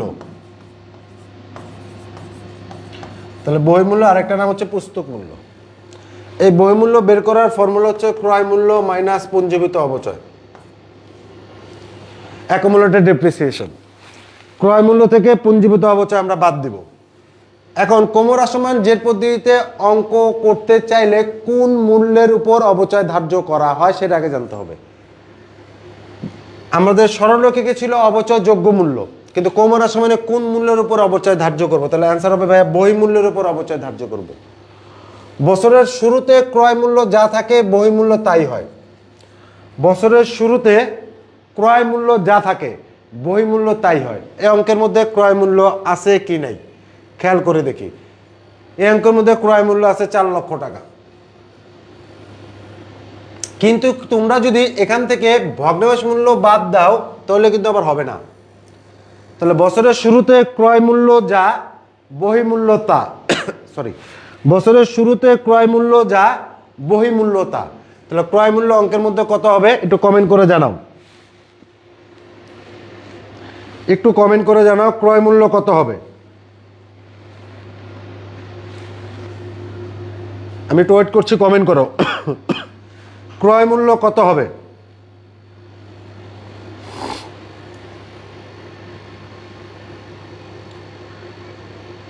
ক্রয় মূল্য কত হবে, কত টাকা হবে এখানে?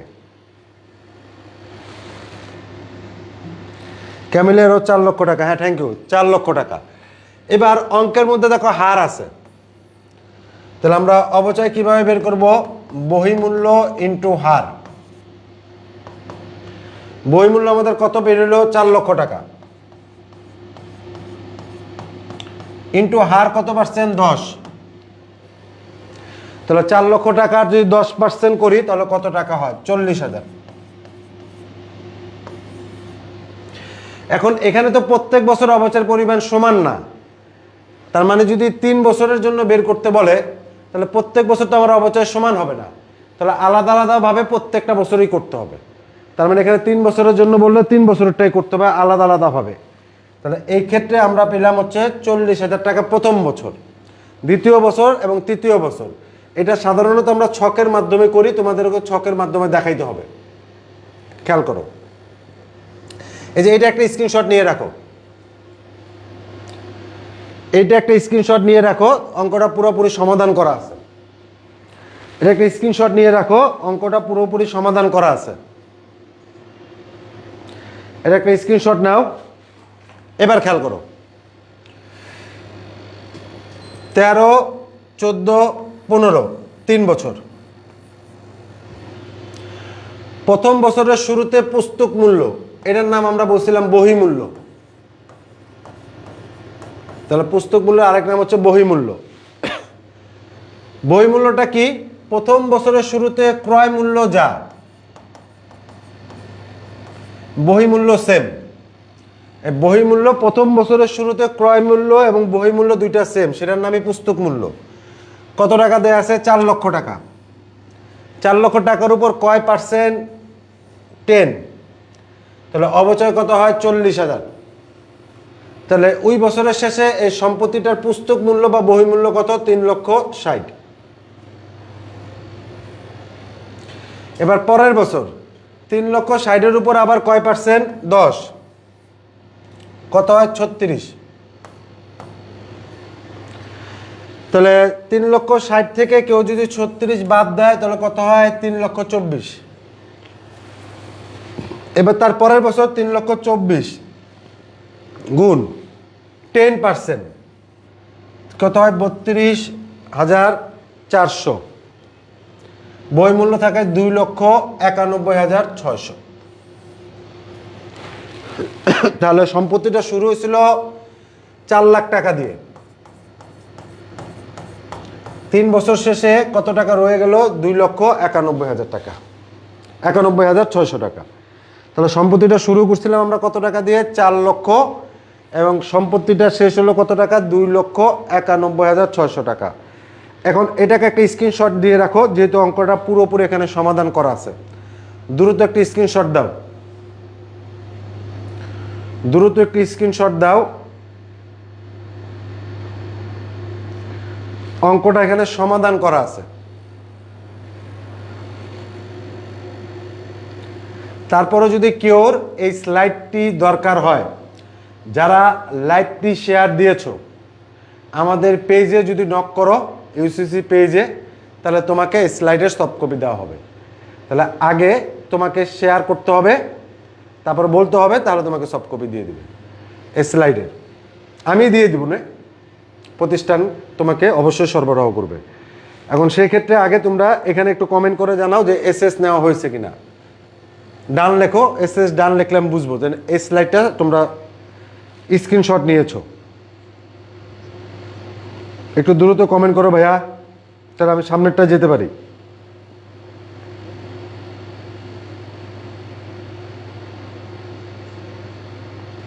বুঝতে পেরেছি স্যার, ওকে ডান। 4 লক্ষ, 4 লক্ষ টাকা। এরপরে এই স্লাইডটার একটা স্ক্রিনশট নিয়ে রাখো, এটা সমাধান করা আছে। এরপরের কোশ্চেনে যাই। এরপরের কোশ্চেন হচ্ছে জাবেদা দেখাইতে বলছে। তাহলে জানুয়ারি মাসের জাবেদাটা কি হবে? যন্ত্রপাতি ডেবিট, নগদান ক্রেডিট।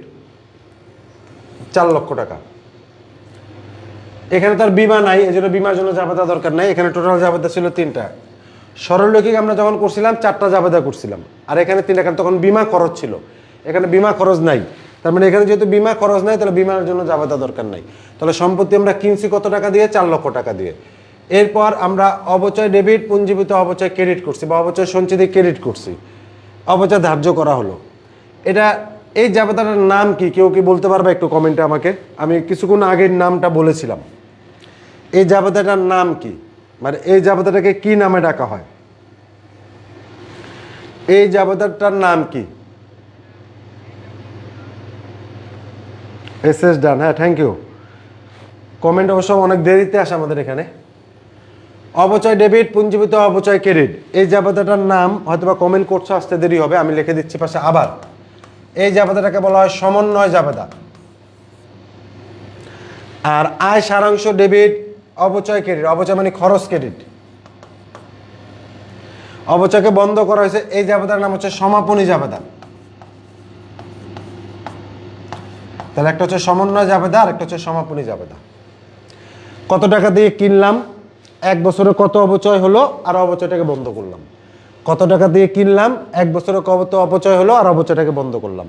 তাহলে 3টা জাবেদা হলো। 3 বছরের দেখাইতে বলছে জাবেদা। 2 বছরও পরীক্ষা আসে, বোর্ড পরীক্ষায় 2 বছরও আসছে, 3 বছরও আসছে। দুটোটাই শিখে রাখি, কারণ এখানে মার্ক থেকে 4 বার।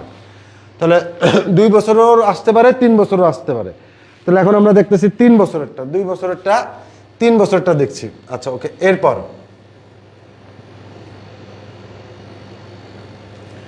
2014 সালের 2টা জাবেদা, 2015 সালে 2টা জাবেদা। 2014 সালে 2টা, 2015 সালে 2টা। তাহলে 2014 সালে জাবেদা কি? 2014 সালের জাবেদাটা হচ্ছে অবচয় ডেবিট, পুঞ্জীভূত অবচয় ক্রেডিট, আয় সারাংশ ডেবিট, অবচয় ক্রেডিট, সেম জাবেদা, তবে অ্যামাউন্ট ভিন্ন। একটা হলো 36 আর একটা হচ্ছে 32,400। একটা হচ্ছে 36 আর একটা হচ্ছে 32,400। তাহলে তোমরা একটা কাজ করবা, সরল রৈখিকের অঙ্ক অবশ্যই করবা, কোমরা সমানের অঙ্ক অবশ্যই করবা। তাহলে সরল রৈখিক এবং কোমরা সমান আমরা দুইটাই করবো ইনশাল্লাহ। সরল রৈখিকের অঙ্কও করব, কোমরা সমানের অঙ্কও করব।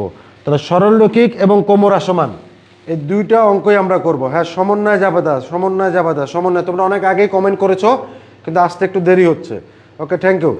তাহলে এই ক্ষেত্রে আমরা সরল রৈখিকের অঙ্ক করব, কোমরা সমানেরও অঙ্ক করব। সরল রৈখিকও লাগবে, কোমরা সমানও লাগবে, দুইটাই আমরা এখানে দেখব, সরল রৈখিক এবং কোমরা সমান।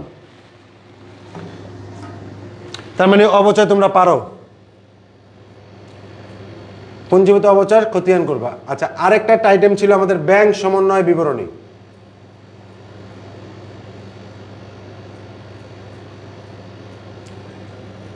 দেখি ব্যাংক সমন্বয় বিবরণী থেকে কোশ্চেন। অনেকে আবার ইন্টারমিডিয়েটে ব্যাংক সমন্বয় বিবরণী করে না, কারণ ওই দুইটা দিলে তো আর এটা লাগে না, তাই অনেকে করতে চায় না ব্যাংক সমন্বয় বিবরণী। তারপর আমরা একটা ব্যাংক সমন্বয় বিবরণী কোশ্চেন দেখতে পারি, দেখে যাও যদি কাজে লাগে। কারণ যেহেতু যারা অবচয় থেকে 2টা দেয়, তারা অনেকে আবার ব্যাংক সমন্বয় করতে চায় না। তাহলে এবার ব্যাংক সমন্বয় থেকে যদি কোশ্চেন আসে, কি টাইপের কোশ্চেন আসবে সেটা এখন দেখি। মিস্টার সুমনের ব্যাংক বিবরণী মোতাবেক 2022 সালে 31শে ডিসেম্বর তারিখে ব্যাংক জমার পরিমাণ ছিল 42,000 টাকা। উক্ত মাসে তার লেনদেনগুলো নিম্নরূপ: 1 2 3 4 5 6, 6টা লেনদেন দেয়া আছে। ব্যাংক বিবরণীতে লেখা হয়নি এরকম লেনদেনের মোট পরিমাণ, টাকার পরিমাণ কত? 3 4 এবং 5 6 দফার জাবেদা দাও। উপরোক্ত ভিত্তিতে ব্যাংক সমন্বয় বিবরণী প্রস্তুত করো। একটু ভালো করে দেখে রাখো, অনেকে ব্যাংক সমন্বয় বিবরণী করতে চায় না, কিন্তু এটা পরবর্তীতে কাজে লাগে আমাদের। এজন্য ব্যাংক সমন্বয় বিবরণীটা আমাদের জন্য ইম্পর্টেন্ট। ব্যাংক সমন্বয় বিবরণী আমাদের জন্য ইম্পর্টেন্ট। স্যার, ইউসিতে যখন অ্যাডমিশনের ক্লাস হবে তখন কি অ্যাকাউন্টিং ক্লাস আপনি নেবেন? ইনশাল্লাহ নিব, আরও টিচাররাও নিবে, আমার চেয়েও ভালো টিচার আছে অনেক, তারাও নিবে, আমিও নেব ইনশাল্লাহ।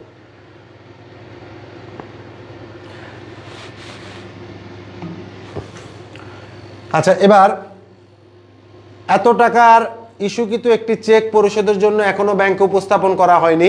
এত টাকার একটি চেক আদায়ের জন্য ব্যাংকে জমা দেওয়া হয়েছে যে এখনো আদায় হয়নি। একটা লেখছে এখনো উপস্থাপন হয়নি, এখনো আদায় হয়নি। এই কথাগুলো আসলে ফ্যাক্ট না। ফ্যাক্ট হচ্ছে কোন কথা, ইস্যুকৃত চেক মানে আমি একজনকে চেক দিছি তাকে বলে ইস্যুকৃত চেক। এত টাকা একটা চেক আদায় মানে আমাকে একজন চেক দিছে, তাহলে একটা 15,000 একটা হলো 20,000। ব্যাংক বিবরণীতে লেখা হয় না এরকম লেনদেনের পরিমাণ কত, তাহলে ব্যাংক বিবরণীতে লেখা হয় না এরকম লেনদেনের পরিমাণটা আমরা দেখি। আমি আবারও বলছি, সবাই ব্যাংক সমন্বয় বিবরণী করে না, তবে করতে পারো, ক্ষতি নাই। ব্যাংক সমন্বয় বিবরণী করলে ক্ষতি নাই। তাহলে এখানে দুইটা আইটেম, একটা 15,000 টাকার আর একটা হলো 20,000 টাকার। ব্যাংক কর্তৃক লভ্যাংশ আদায়, এটা তো ব্যাংকের কাজ। ব্যাংক কর্তৃক এত টাকা এটাও ব্যাংকের কাজ। ব্যাংক কর্তৃক প্রাপ্য এত টাকা এত টাকা, তাহলে খেয়াল করে দেখো 3 থেকে 6 এই সবগুলো কাজ হচ্ছে ব্যাংক কর্তৃক। ব্যাংক কর্তৃক লেখাও আছে দেখো প্রত্যেকটা জায়গায় ব্যাংক কর্তৃক, আর ব্যাংক সার্ভিস চার্জ তো ব্যাংক কর্তৃকই। তাহলে এই দুইটা কাজের কাজ হচ্ছে ব্যাংক সমন্বয় বিবরণীতে এখন যাবে। সেই দুইটা কাজ কি, একটা হচ্ছে 15,000 টাকার আর একটা হচ্ছে 20,000 টাকার। তাহলে একটা 15 আর একটা হচ্ছে 20, তাহলে 15 আর 20-এর আমরা অঙ্কটা এখন করব। তাহলে অঙ্কটা আমি একটু সমাধান করে দেই, তোমরা দেখে নাও। ব্যাংক সমন্বয় বিবরণীটা দেখে নিলে ভালো হয়। ব্যাংক বিবরণীতে লেখা হয়নি এরকম লেনদেনের পরিমাণ, তাহলে একটা হচ্ছে ইস্যুকৃত চেক মানে হচ্ছে যে চেক আমি ইস্যু করছি, যে আমার কাছে টাকা পায় তার কাছে, যেমন পাওনাদার বরাবর আমরা ইস্যু করতে পারি। সে এখন ব্যাংকে উপস্থাপন করেনি, ভবিষ্যতে করবে, কোনো সমস্যা নেই, কারণ একটা চেকের মেয়াদ থাকে 6 মাস। একটা বৈধ চেকের মেয়াদ থাকে 6 মাস বা 180 দিন। 6 মাস বা 180 দিন। তাহলে একটা বৈধ চেকের মেয়াদ থাকে 6 মাস বা 180 দিন। ইস্যু চেক পরিশোধ করা হয়নি, এই যে 15,000 টাকা, আর আদায়ের জন্য জমা দেওয়া হয়নি বা আদায়ের জন্য জমাকৃত চেক 20,000 টাকা। তাহলে এই হচ্ছে টোটাল 35,000 টাকা। তাহলে এটার অ্যান্সার হচ্ছে 35,000 টাকা। যেহেতু কোশ্চেনটা আমরা আগে কোশ্চেনটার একটা স্ক্রিনশট নিব, অ্যান্সারটা একটা স্ক্রিনশট নেব, তাহলে আমাদের বুঝতে সুবিধা হবে। তাহলে কোশ্চেনটার একটা স্ক্রিনশট, এটার একটা স্ক্রিনশট নাও,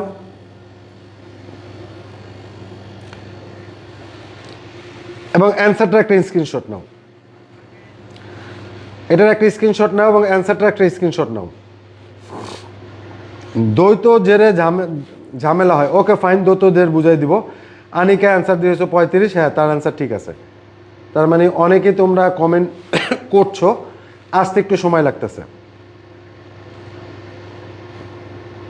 তোমরা কমেন্টও করেছো, শেয়ারও দিয়েছো, কিন্তু কোনো ক্লাসের মধ্যে রিয়্যাক্ট দাও নাই। অবশ্যই রিয়্যাক্ট দাও, রিয়্যাক্টের পরিমাণ অনেক কম। একটু ভালোবাসা রিয়্যাক্ট দিয়ে দাও, তাহলেই হবে। ওকে, তাহলে 35,000 টাকা পারছো তোমরা, এটা সমাধানও করা আছে 35,000 টাকা।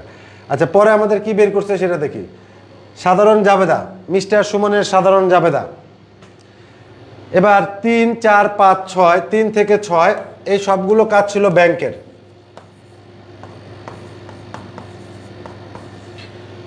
কোনোটা ব্যাংক টাকা পাইছে মানে চেক পাইছে, কোনোটার জন্য চেক দিছে। তাহলে আমরা খেয়াল করে দেখি, ব্যাংক কর্তৃক লভ্যাংশ আদায়, ব্যাংক আমার হয়ে টাকা আদায় করছে, আমার অ্যাকাউন্টে টাকাটা জমা হয়েছে, তাহলে সেক্ষেত্রে ব্যাংক হিসাব ডেবিট, লভ্যাংশ হিসাব ক্রেডিট। প্রদেয় বিল পরিশোধ করছে, তাহলে আমরা ব্যাংক অ্যাকাউন্ট এখন আর বাড়বে না, আমার ব্যাংক অ্যাকাউন্ট কমবে, মানে আমার অ্যাকাউন্ট থেকে টাকা চলে গেছে। তাহলে সেক্ষেত্রে আমার ব্যাংক অ্যাকাউন্ট যদি কমে, সেক্ষেত্রে ব্যাংক হিসাব হবে ক্রেডিট। প্রদেয় বিল ডেবিট, ব্যাংক হিসাব ক্রেডিট। ব্যাংক কর্তৃক প্রাপ্য বিল আদায়, ব্যাংক একটা বিলের প্রাপ্য হিসাবে আদায়, তার মানে দেনাদারের প্রাপ্য হিসাব মানে দেনাদার। প্রাপ্য হিসাব মানে কি ভাইয়া? দেনাদার। প্রাপ্য হিসাব মানে দেনাদার। তাহলে দেনাদারের কাছ থেকে টাকা আদায় করে নিচ্ছে, তাহলে ব্যাংক ডেবিট, আর প্রাপ্য হিসাব ক্রেডিট।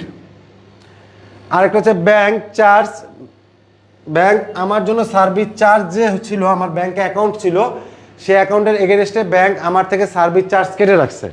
এখন সার্ভিস চার্জ যদি কেটে রাখে, তাহলে সেই ক্ষেত্রে আমার ব্যাংক কি হবে? সেক্ষেত্রে আমার ব্যাংক হিসাব হবে ক্রেডিট, আর ব্যাংক চার্জ হচ্ছে ডেবিট। তাহলে ব্যাংক আমার দুইটা আইটেম যোগ করছে আমার হয়ে,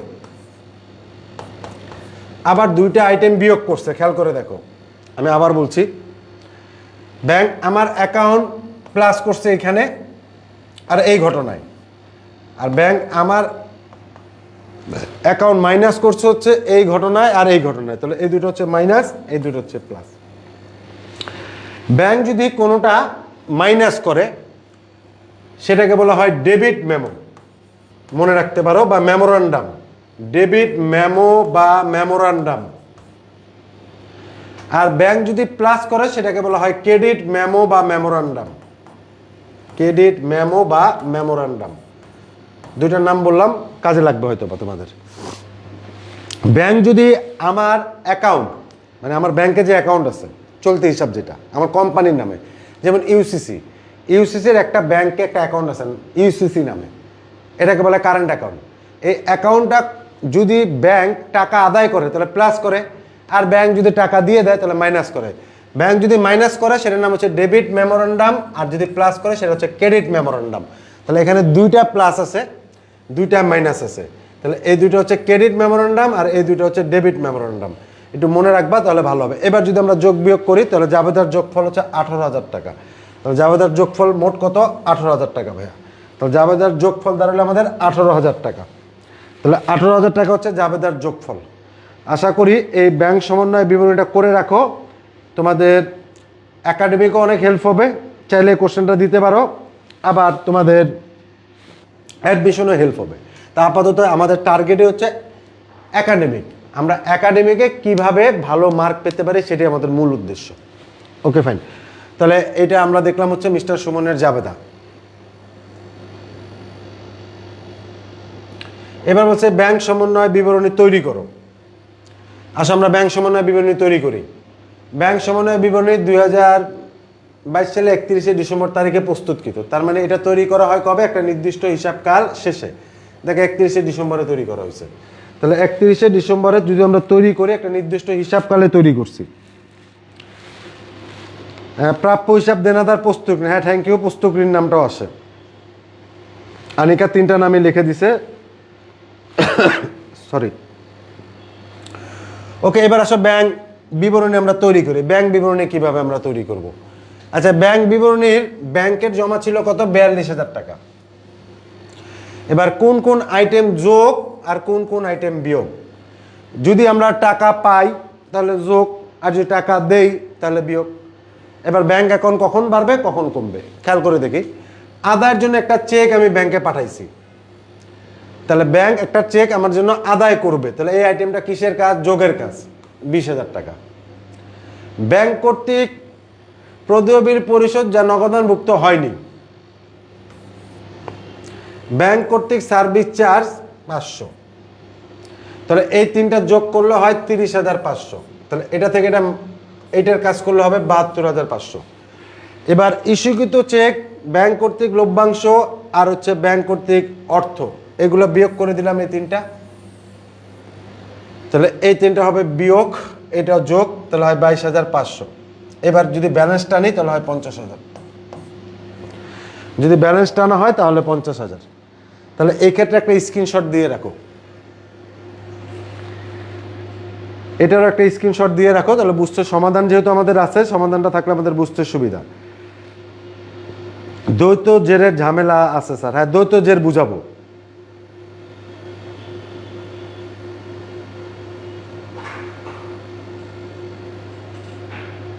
আপাতত কনসেপ্টটা ক্লিয়ার করো, দ্বৈত জের বুঝাতে সুবিধা হবে।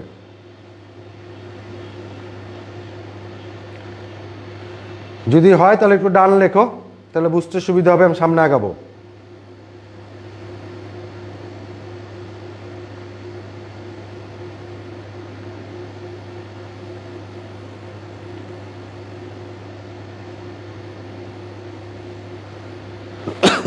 সরি, কেউ কমেন্ট করো, তবে সামনে আগাচ্ছি আমরা। তার আগে ব্যাংক সমন্বয় থেকে আমাদের কিছু বেসিক কথাবার্তা ক্লিয়ার করে নিতে হবে, দেখি সেটা আমরা আগে করতে পারি কিনা। কেউ আমাকে বলো এই কোশ্চেনটার অ্যান্সার কি হইতে পারে? ব্যাংক তার গ্রাহককে সেবা প্রদানের জন্য 100 টাকা ধরেছে, যা গ্রাহক এখনো জানেনি। ব্যাংক মিলকরণ বিবরণীতে এই সেবা সম্পর্কিত হিসাব কিভাবে দেখানো হবে? কোশ্চেন নম্বর 4, একটু কমেন্ট করো, তাহলে আমি বুঝতে পারবো। 4 নম্বর কোশ্চেন কমেন্ট করে জানাও, তাহলে বুঝাইতে সুবিধা হবে তোমাদের। ব্যাংক তার গ্রাহককে সেবা প্রদানের জন্য 100 টাকা ধরেছে, যা গ্রাহক এখনো জানেনি। ব্যাংক মিলকরণ বিমূর্তে সেবা সম্পর্কীয় হিসাব কিভাবে দেখানো হবে?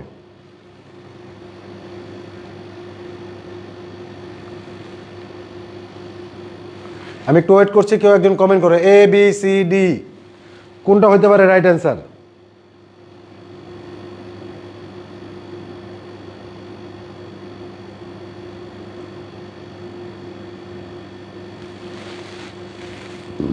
ডান ডান ডান, আগেরটার ডান লিখছো। 4 নম্বর কোশ্চেনের অ্যান্সার বলো। ব্যাংক তার গ্রাহককে সেবা প্রদানের জন্য 100 টাকা ধরেছে। যদি কোশ্চেনটা বুঝতে না পারো, এখানে বুঝাইতে যাচ্ছে সার্ভিস চার্জ, মানে ব্যাংক সার্ভিস চার্জের কথা বলতেছে। এই ব্যাংকের সার্ভিস চার্জ কি করা হয়?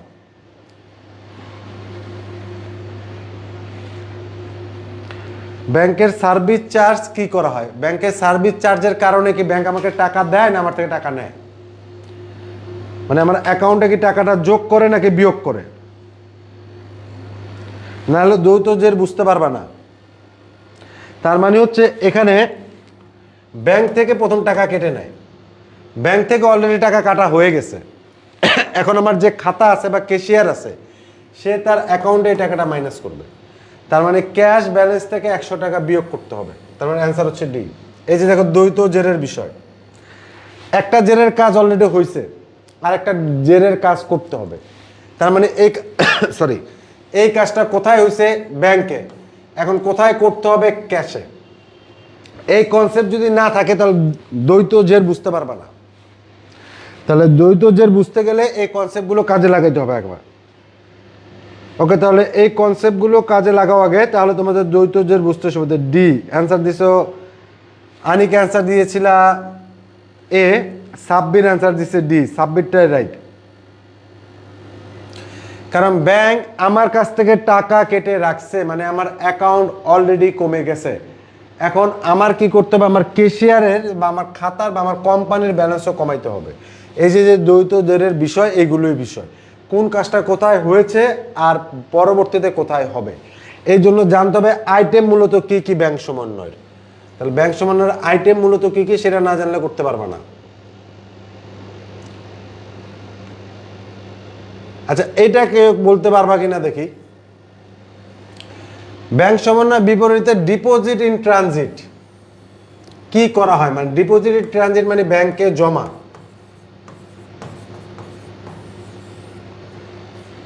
কোশ্চেন নম্বর 2 নম্বর কোশ্চেন একটু কমেন্ট করে জানাও। কোশ্চেন নম্বর 2, ব্যাংক সমন্বয় বিবরণীতে ডিপোজিট ইন ট্রানজিট কি করা হয়?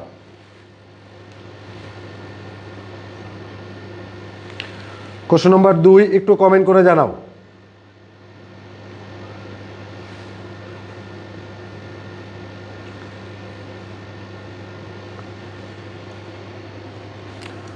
দুই নম্বর কোশ্চেন, ব্যাংক সমন্বয় বিবরণীতে ডিপোজিট ইন ট্রানজিট মানে ব্যাংকে জমা বোঝাচ্ছে, কি করা হয়? বুক ব্যালেন্স মানে হচ্ছে ক্যাশ ব্যালেন্স, যেটা বললাম ক্যাশ বুক, অথবা ক্যাশ ব্যালেন্স।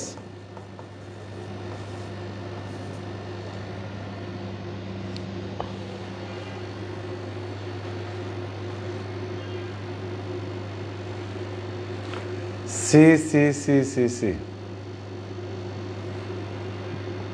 সাব্বির অ্যান্সার দিছে সি। ব্যাংক সমন্বয় বিবরণীতে ডিপোজিট ইন ট্রানজিট কি করা হয়? ব্যাংক সমন্বয় বিবরণীতে ডিপোজিটের ব্যাংক জেরের সাথে যোগ করতে হয়। ওকে, তাহলে অলরেডি ক্যাশে যোগ করা আছে, এখন ব্যাংকে যোগ করতে হবে, তাহলে সি। হ্যাঁ, সি নম্বরটা রাইট অ্যান্সার। সি নম্বরটা হচ্ছে রাইট অ্যান্সার।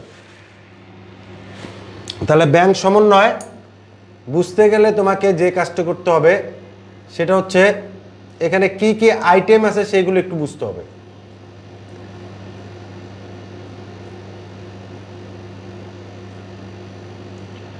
ব্যাংক সমন্বয় বিবরণীতে বিবেচ্য বিষয়সমূহ, এই নামগুলোকে ধারণা নিতে হবে। আদায়ের জন্য জমাকৃত চেক, পরিবহনাধীন চেক, ট্রানজিটে জমা, মধ্যবর্তী আমানত, ইংরেজি নাম হচ্ছে ডিপোজিট ইন ট্রানজিট। এই নামগুলো সম্বন্ধে একটা ধারণা থাকতে পারে, এটা 1 নম্বর নাম। ব্যাংক বিবরণ অনুযায়ী প্রাপ্ত জের বা ব্যাংক পাস বইতে যোগ করতে হবে, এই জন্য সাব্বিরের অ্যান্সার ঠিক ছিল। আচ্ছা, এরপরে আরেকটা নাম, তাহলে এই নামটার সাথে আমরা পরিচিত হইলাম। সেকেন্ড নাম,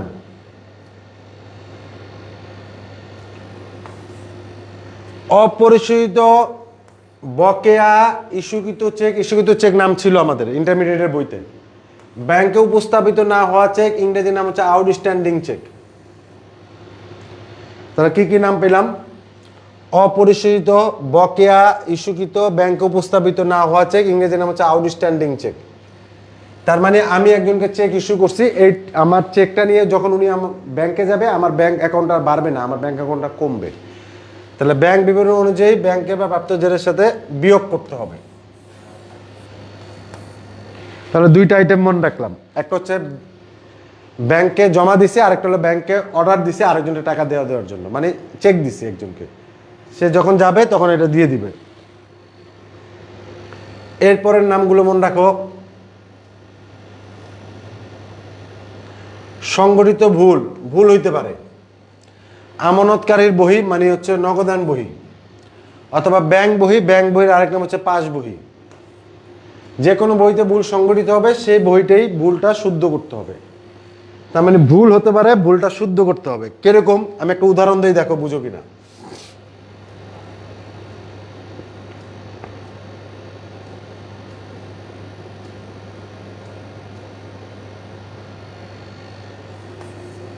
একটি চেক যা সঠিকভাবে ব্যাংক কর্তৃক লিখিত পরিশোধিত হয়েছে 448 টাকা, কিন্তু ভুলবশত ব্যাংক চেকটি এত টাকায় লিপিবদ্ধ করছে।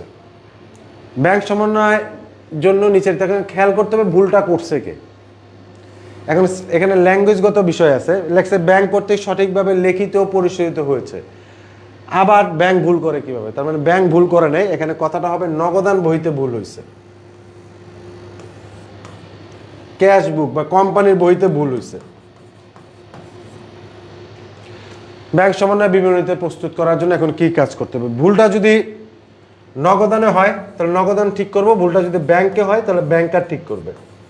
তাহলে আগে বুঝতে হবে চেকটার দাম ছিল কত? 448। লেখা হয়েছে কত? 484। যদি উনি লেখে 484 তাহলে উনি ঠিক করবে, আর যদি উনি লেখে 484 তাহলে উনি ঠিক করবে। এখন ভুল যে করবে সে ঠিক করবে। এখন ভুলটার উপর ডিপেন্ড করবে ভুলটা করছে কে। যদি ভুলটা যে করবে সে ঠিক করবে, তার মানে এখানে পার্থক্য হচ্ছে 36 টাকা। যদি ব্যাংক ভুল করে, এখন ব্যাংক ভুল করার সুযোগ নাই, কারণ একটি চেক যা সঠিকভাবে ব্যাংক কর্তৃক লিখিত পরিশোধিত হয়েছে, তাহলে ব্যাংকেই লিখছে, ব্যাংকেই পরিশোধ করছে, তার মানে ভুলটা হচ্ছে নগদানে। বিয়োগ করার কথা ছিল কত? 448, বিয়োগ করছে 484, তাহলে 36 টাকা বেশি বিয়োগ করে ফেলছে। এখন এই 36 টাকা কি করতে হবে? যোগ করতে হবে। কোথায় যোগ করতে হবে? যেখানে ভুল হয়েছে। যদি নগদানে ভুল করে তাহলে নগদানে যোগ করবে, আর যদি ব্যাংকে ভুল করে তাহলে ব্যাংকার কাজ করবে। এখন যেটা ভুল হয়, এখন ল্যাঙ্গুয়েজ অনুযায়ী যেটা হয়, তবে মনে রাখবা ভুলটা হয় আসলে সাধারণত নগদান বইতে, ব্যাংকে বেসিক্যালি এরকম ভুল হয় না। তা আশা করা যায় এই ব্যাংক সমন্বয় বিবরণী সম্বন্ধে যদি ব্যালেন্সের ধারণা থাকে তাহলে তোমার দ্বৈত জের বুঝাইতে সুবিধা হবে, আর যদি ধারণা না থাকে তাহলে দ্বৈত জের বুঝাইতে একটু কষ্ট হবে। এই জন্য দ্বৈত জেরটা ডিপেন্ড করে তোমার কনসেপ্টের উপর, তুমি কতটুকু নিতে পারছো কতটুকু নিতে পারছো না। আমাদের 3টা টপিক আজকে আমরা দেখলাম, সে টপিকগুলো কি কি ছিল? রেয়ামিল, আর কি ছিল? অবচয়, আর কি ছিল? ব্যাংক সমন্বয় বিবরণী।